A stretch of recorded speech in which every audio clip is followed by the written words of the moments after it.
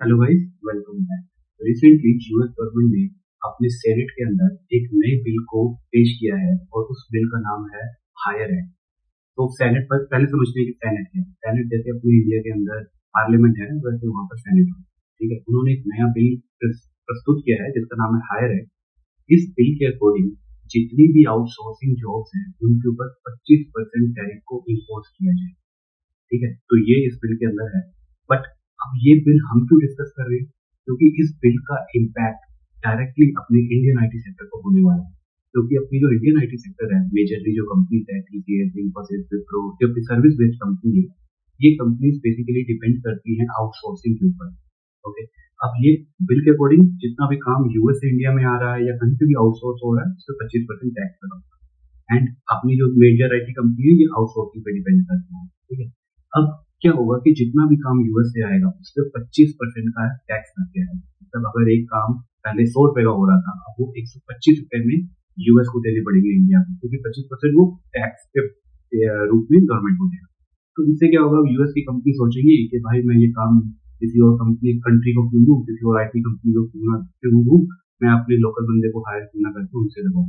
तो यही इस मेन एक्ट का फंडा है।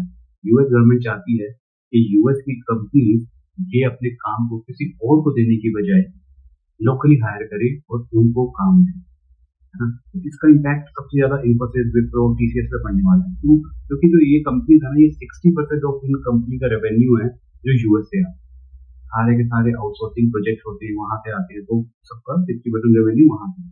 अब इसका इम्पैक्ट और क्या हो सकता है कि इसके बाद से, जैसे मैंने बोला कि कंपनी सोचेंगे कि मैं किसी और कंट्री को क्यों दूं, टीसीएस को क्यों दूं प्रोजेक्ट, इन्फोसिस को क्यों दूं इंडिया के अंदर, मैं वहां पर ही काम करवा लेते हैं। है ना? 25% का टैक्स तो बचेगा, तो इससे क्या होगा, जो कॉन्ट्रैक्ट्स है वो श्रिंक होने लग जाएंगे। है ना? नए कॉन्ट्रैक्ट्स आएंगे ही नहीं। कंपनी सोचेंगे कि हम लोकल हायर कर लेते हैं।